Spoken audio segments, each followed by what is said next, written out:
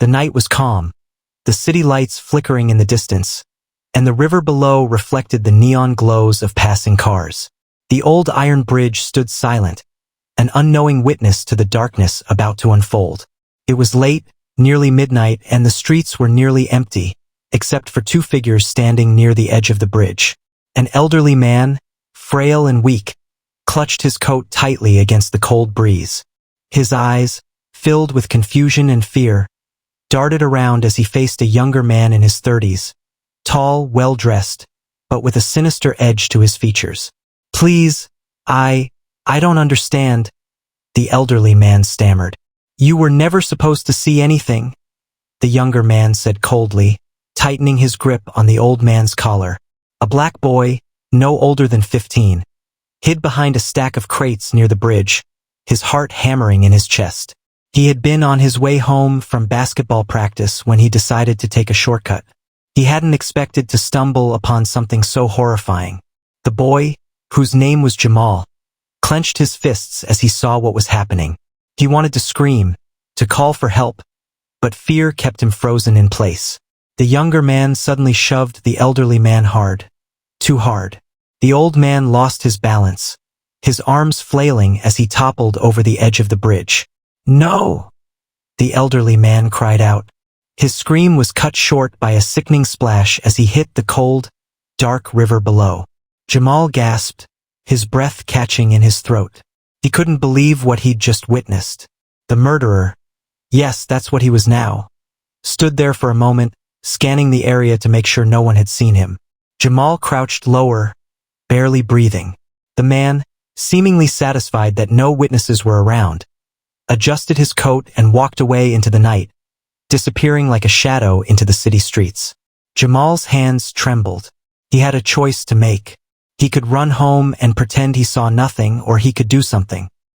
The old man was still in the river. He could be alive. Without thinking, Jamal took off toward the riverbank. Jamal sprinted down the embankment, his sneakers slipping on the damp grass. His heart pounded as he scanned the river's surface, looking for any sign of movement. The water was dark, rippling from the impact, but then, there, a faint splash, a struggle. The old man was still alive. Jamal didn't hesitate. He tore off his jacket and leaped into the freezing river. The water was like ice, shocking his body into instant numbness, but he forced himself to push forward. His arms cut through the water. His breath came in short gasps as he swam toward the struggling figure. The old man's head bobbed above the water, his mouth opening and closing as he gasped for air. His eyes, filled with terror, locked onto Jamal. "I got you," Jamal shouted, reaching out. The man's fingers barely brushed Jamal's before another current pulled him under. Without thinking, Jamal dove. The river swallowed him whole, the murky water stinging his eyes as he reached blindly. His fingers closed around the old man's arm. Jamal kicked hard, pulling him toward the surface. They broke through the water together, both gasping for air. The old man coughed violently, spitting out river water. He was weak, barely holding on. "You're not dying on me, old man." Jamal gritted his teeth as he started towing him toward the shore. The river fought him. The cold was making his limbs sluggish. He wasn't sure how much longer he could hold on, but he pushed forward with everything he had. Finally, his feet hit solid ground. Jamal half-dragged, half-carried the old man onto the riverbank, collapsing beside him. His chest heaved, his arms burned, but he wasn't done yet. He rolled the old man onto his side and pounded his back. Water gushed from the man's mouth. He coughed violently, then wheezed in a breath. He was alive. Jamal sat back, exhausted, but a strange relief washed over him. He had done it. He had saved him. Then, suddenly, the old man's fingers weakly gripped his arm. "Son, you saw him?" The old man croaked, his voice barely a whisper.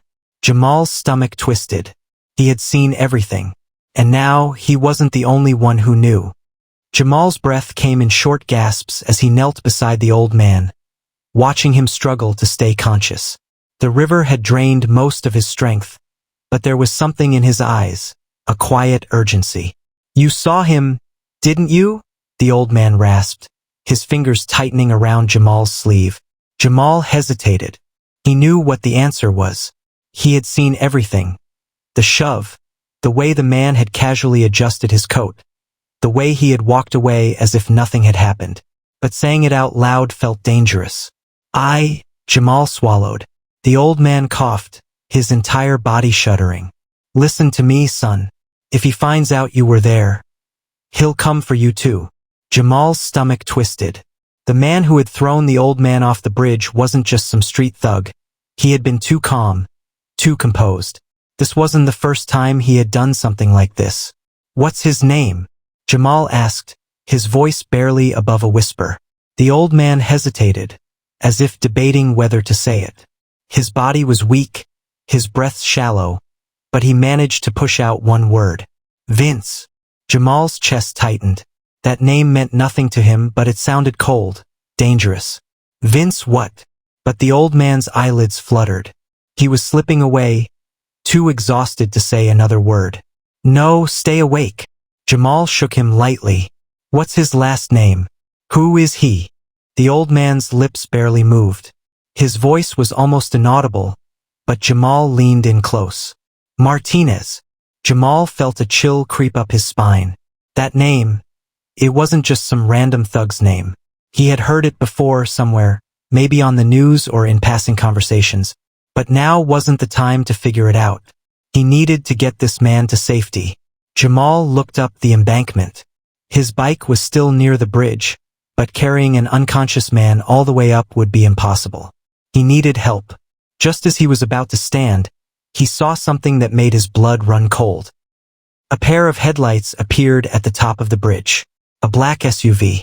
It rolled to a stop. Someone was watching. Jamal froze. His breath caught in his throat as the black SUV idled at the top of the bridge, its headlights slicing through the night.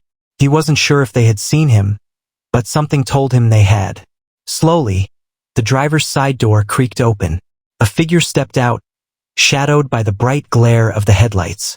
Jamal couldn't make out a face, but the way the person moved, calm, deliberate, sent a shiver down his spine. They weren't in a hurry. They knew they had time. Jamal glanced down at the old man. He was barely conscious, his chest rising and falling in weak, shallow breaths. There was no way he could run, not in this condition.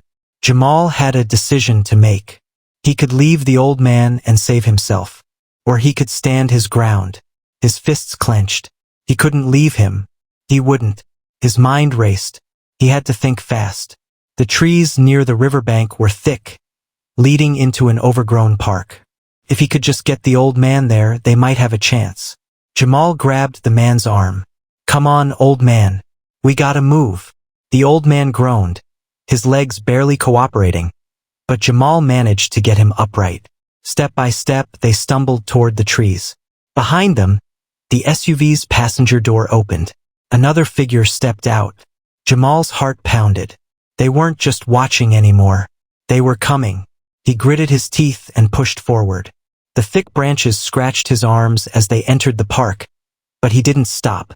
The sound of footsteps behind him sent a spike of adrenaline through his veins. Then suddenly silence. Jamal stopped. The footsteps had stopped too.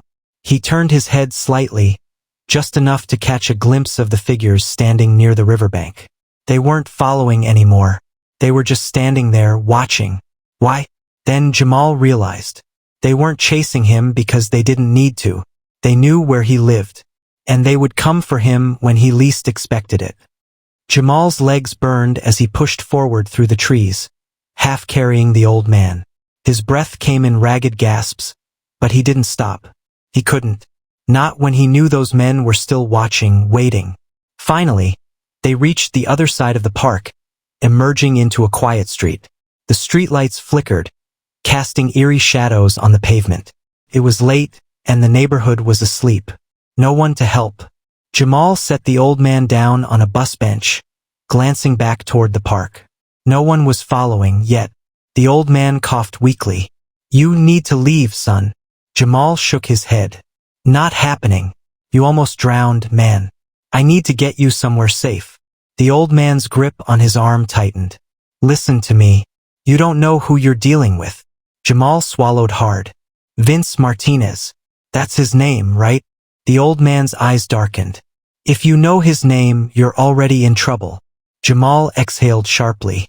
He had no idea who Vince Martinez was, but the fear in the old man's voice told him everything he needed to know. This wasn't just some random guy. He was someone powerful, someone who thought he could get away with murder. And now Jamal was the only witness. His chest tightened. What do we do? The old man's gaze flickered toward the distant bridge. You need to go home. Pretend you saw nothing. Jamal scoffed. You really think they'll just let me go? The old man didn't answer. Jamal ran a hand over his face. His house wasn't far. Maybe a 10-minute bike ride. But after what he had seen tonight, he wasn't sure if he would ever feel safe there again. He pulled out his phone. The screen was cracked, the battery low. His fingers hovered over the call button. The police. That was the logical thing to do. Call 911. Report what happened. But something stopped him. Would the police even believe him?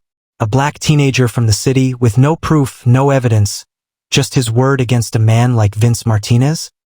And what if the cops were already in Vince's pocket? Jamal clenched his jaw. His world had just gotten a whole lot more dangerous. Then, a chill ran down his spine. A black SUV rolled slowly down the street. They had found him. Jamal's body tensed as the black SUV crawled down the street, its headlights cutting through the quiet night. His mind screamed at him to run, but he knew it wouldn't matter. They already knew where he lived. The SUV slowed as it neared the bus bench. The old man sat motionless beside him, his breathing shallow. Jamal's fingers curled into fists. He wasn't going to let them take him without a fight. The tinted passenger window rolled down. A man sat inside, dressed in a black suit, his face obscured by the shadows. But Jamal could see his smile, cold, knowing. Go home, kid, the man said smoothly, his voice calm, almost friendly. Forget what you saw. Jamal's heart pounded, but he held his ground. And if I don't? The man's smile widened. Then you'll wish you had. A long silence stretched between them. Jamal could feel the weight of the old man's gaze on him, silently pleading with him not to provoke them. The SUV idled for a moment longer before the man inside gave a slight nod to the driver. The vehicle rolled forward, disappearing into the night. But Jamal knew they weren't gone. They were just waiting. The old man let out a shaky breath. You should have listened to him. Jamal turned to him. Are you serious? That guy just tried to scare me into silence. The old man's eyes darkened. No, son. He wasn't trying to scare you. He was giving you a chance. Jamal's skin prickled. A chance. To walk away. To pretend none of this had happened. To stay alive. But Jamal knew there was no walking away from this. He had seen too much. And now they were watching. Jamal sat stiffly on the bench, his mind racing. The old man was right. That wasn't a warning, it was an offer. A single chance to walk away. But now that he had stood his ground, there was no going back. They're not gonna stop, are they? Jamal asked, his voice quiet. The old man sighed. No, son. Not until they're sure you won't talk. Jamal swallowed hard. He had never felt fear like this before. Like a noose tightening around him, getting smaller with each breath. He pulled out his phone again. The cracked screen flickered. The police. Should he call? Would they even believe him? What about you? Jamal asked. You're the one they tried to kill. The old man's lips pressed into a thin line. I was never supposed to survive. If they find out I did. He trailed off, his meaning clear. Jamal exhaled sharply. He could go home, pretend nothing happened, hope they'd forget about him. But could he live with that? Could he live knowing he let a murderer walk free? Then he thought about his mom, his little sister. If they came after him, they might go after his family too. His stomach twisted. What do we do? Jamal finally asked. The old man hesitated, then winced as he adjusted himself on the bench. We find a way to fight back. Jamal frowned. Fight back? Against who? Some guy in a suit? You really think we can take down someone like that? The old man's eyes darkened. Vince Martinez isn't just some guy in a suit. Jamal's pulse quickened. Who is he? The old man glanced around as if making sure no one was listening. Then, in a hushed voice, he said, "He's a ghost kid, untouchable. You won't find his name in any newspaper, but you'll find his money behind every dirty deal in this city." Jamal's stomach dropped. This wasn't just about a man killing someone. This was bigger, much bigger. And now Jamal was in the middle of it. Jamal sat frozen, the weight of the old man's words pressing down on him. Vince Martinez wasn't just a murderer, he was a powerful ghost. Someone who worked in the shadows, someone with money, influence, and reach. And now Jamal had crossed his path. He thought about his mom, his little sister. He thought about the black SUV that had just left but would return when he least expected it. He had two choices, run or fight. But how do you fight a ghost? Jamal turned to the old man. If he's untouchable, then how do we stop him? The old man's expression was grim. We don't. Jamal's jaw tightened. Then what was the point of saving you, if we're just gonna lie down and let him win? The old man studied him for a long moment. Then he nodded, as if making up his mind about something. You got guts, kid, he murmured. Jamal scoffed. Yeah, well, guts won't keep me alive. The old man leaned forward slightly. Maybe not, but the truth will. Jamal frowned. What are you talking about? The old man took a deep breath. Martinez threw me off that bridge because I knew something. Something dangerous. Jamal's stomach twisted. What? The old man hesitated. Then, finally, he whispered, I have proof. Jamal's eyes widened. Proof? The old man nodded. Names, transactions, recordings, everything. If the right people see it, Martinez isn't untouchable anymore. Jamal's heart pounded. This was bigger than he thought. The old man grabbed his arm, his grip surprisingly strong. But you have to decide now, kid. If we go down this road, there's no turning back. Jamal clenched his fists. He had a chance to do something that could bring Martinez down for good. But it would come at a cost. A high one. And he wasn't sure if he was ready to pay it. Jamal's mind raced. Proof. Evidence. A way to take Vince Martinez down. But at what cost? He looked at the old man, worn, bruised, barely clinging to life, and then thought about his own family. If Vince was as powerful as the old man claimed, then he wouldn't just come after them. He'd make an example out of them. Still, Jamal knew one thing for certain. If he did nothing, he was already a dead man walking. He took a deep breath. Where is it? The old man's lips pressed into a thin line. Safe. For now. Jamal frowned. That's not an answer. The old man's gaze hardened. I didn't survive this long by being careless, kid. Trust me when I say, it's somewhere only I can find. Jamal exhaled sharply. Okay, so what's the plan? The old man looked away, thinking. We need to move. We can't stay here. If Martinez's men followed us this far, they'll be back. Jamal nodded. He glanced around the empty street, his pulse quickening. Any second now, another black SUV could appear. They needed to disappear. Come on, he said, helping the old man up. I know a place we can lay low. The old man groaned but managed to stand. You're risking a lot, kid. Jamal smirked despite the fear twisting in his gut. Yeah, well, I guess I don't know how to back down. They started moving, cutting through alleyways and side streets, avoiding main roads where Martinez's men might be searching. The city was quiet, but Jamal knew better. They weren't safe. Not yet. As they walked, Jamal thought about the proof. If they could get it, if they could find the right person to expose Martinez, then maybe, just maybe, there was a way out of this. But deep down, he knew. This fight was just beginning. And the hardest part was yet to come. Jamal led the old man through the winding alleys, every shadow feeling like a threat. His house was too risky, and he couldn't trust anyone. Not the police, not his neighbors. The only place he could think of was an old storage shed behind the community center where he and his friends used to hang out. It wasn't much, but it would have to do. Once inside, Jamal helped the old man sit on an old crate. His breathing was still weak, but there was a fire in his eyes now, a determination Jamal hadn't seen before. "All right, old man," Jamal said, crouching in front of him. "Tell me everything." The old man wiped his face and took a slow breath. "I used to work for Martinez." Jamal's stomach dropped. The old man continued. "Not as a killer. I was an accountant. I handled his books, his money laundering, all the dirty deals that kept his empire running." Jamal stared. "You worked for him?" The old man nodded, his face filled with regret. "I didn't have a choice, but when I realized just how deep it went, trafficking, extortion, murder, I knew I had to get out. So I made a copy of everything." Jamal's mind reeled. This wasn't just about one murder on a bridge.